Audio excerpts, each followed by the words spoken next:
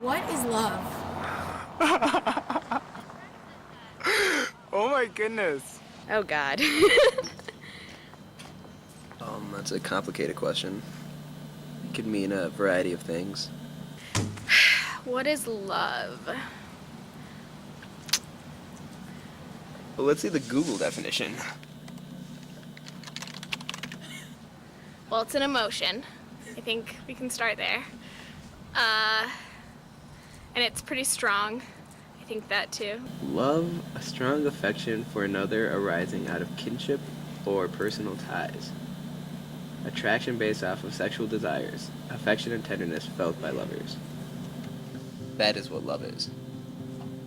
When I try to define love, I think of kind of a gravitational pull between two people that brings them together and doesn't let them separate. Love is complicated. It's both the most wonderful and the most painful thing at the same time. I think on a base level, it's really just being able to accept somebody as fully as possible for who they are, even things that sometimes they can't accept about themselves.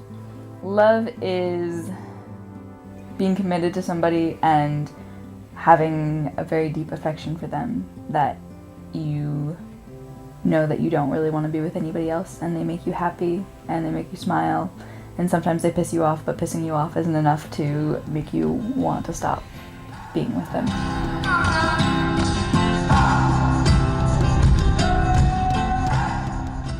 When did you first meet Nolan?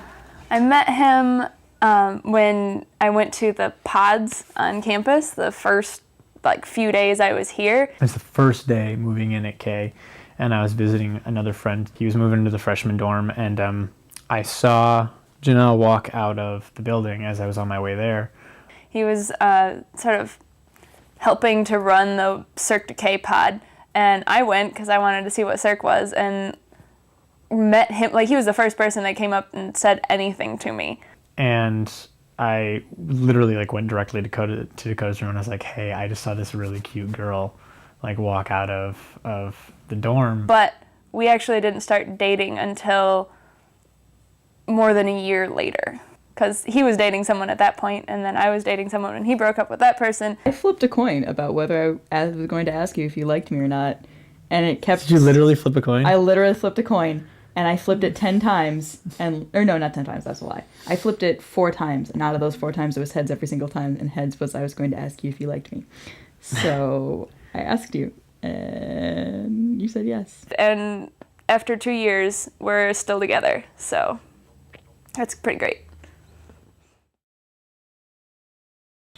I'll tickle you back. For the first while when you're in the relationship, it's still really exciting that this person likes you, that you like. You don't get as frustrated with people. Issues don't seem as big just because you're not really concentrating on your issues at that point, because everything's just happy and oh, this is the best thing ever. And then after a while, and I don't know when it happens, because you just sort of get used to that and they just become part of your life, and they become something almost that you take for granted instead of this new thing. Stuff still stays good, but you do start to work with that person on issues that you have. Things change bit by bit. Yeah. And you realize, oh, suddenly we're starting to talk about our feelings instead of just kind of pretending like we're happy all the time. So. I don't know what you mean. I never get upset, ever. It's always just rainbows and kittens and fluffy puppies.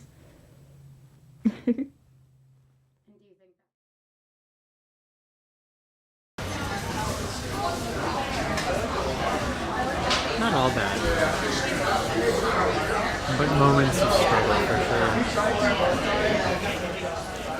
Since I was about 15, I've been struggling with an eating disorder, and it got kicked into high gear when I was on study abroad and when I came back. And so that's been a really kind of a rough spot for both of us, because obviously I'm the one that actually has it, but it affects everybody who's around you. I have really bad days where I just, we had planned to go to a movie one day, and I was just I don't want to leave the house. I'm gross, I'm fat, I just can't leave this building like right now.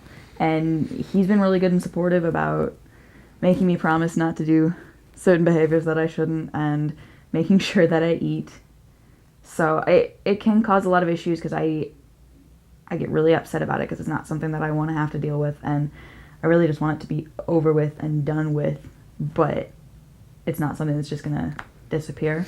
When somebody's having a good day and somebody else is having a bad day, that's rough too. Sometimes the way you think will be helpful to someone is just not, and makes it worse. Like sometimes I just want to call him and be like, I hate working on things, my SIP, I'm like, I have nothing done on it and I'm not doing anything and and I have this and I have this and I have this and I have this and it sucks. And he's like, okay, well then we'll come up with a plan. And I'm like, no, I don't want a plan.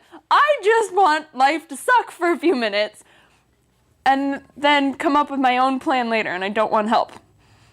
And it gets really hard when we're like, because there'll be days when we both are having really shitty days for like separate reasons, but like it's really hard to be able to comfort the other person at that point because you have your own stuff that you need to deal with. And that's, I think, those days that we argue and we have trouble is because there's one, like I said, there's a wall between us where normally it's sort of like you're struggling, I can help you, or I'm struggling and you can help me, or something like that. But there have been some extended periods of time where we're both in holes and we just can't pull ourselves out, and those get scary. Not to the point that I think of seriously stopping things, but there are some days where I ask myself, you know, am I worth it? Like, you know, I think you ask yourself the same thing. And that's, I think some of the biggest scares we've ever had are, you know, like, I worry about whether or not I'm having a negative effect on Janelle's life instead of a positive one. And I worry whether or not she would be able to leave voluntarily if it got bad enough that, like, you know, I mean, and that sounds kind of like a martyr kind of thing. It is on some levels. It may be overly dramatic, but it's kind of the question of like, would you know to leave me if you had to? And that's something I worry about more than anything else is, would you be able to let go if it became a negative relationship, if it became something that was sort of diseased, or, you know, if it was taking its toll enough that it would be better, it would be beneficial for you to get out. And would you be able to, kind of thing. There's things that the two of us have gone through together where there's a big obstacle, and I mean, it was kind of a toss-up. Was this something that we wanted to work through, or was this something that was just going to ruin the relationship? And we've gotten through all of them, and we've gotten through some pretty big ones, and I think we're good to go for a long time because of that. Is it all worth it? Fuck yeah. I mean, when things are on, you know, it's amazing. I mean, it really is. Even when things are off on my, like, when I'm having bad days, like, it's obviously really worth it at that point because family-wise, I don't have a lot of people I can turn to. And so being able to talk to him and having him be someone who I know is there for support and to talk to and just generally be someone to cry on and get snot all over. Snot on, yeah. It's totally worth it.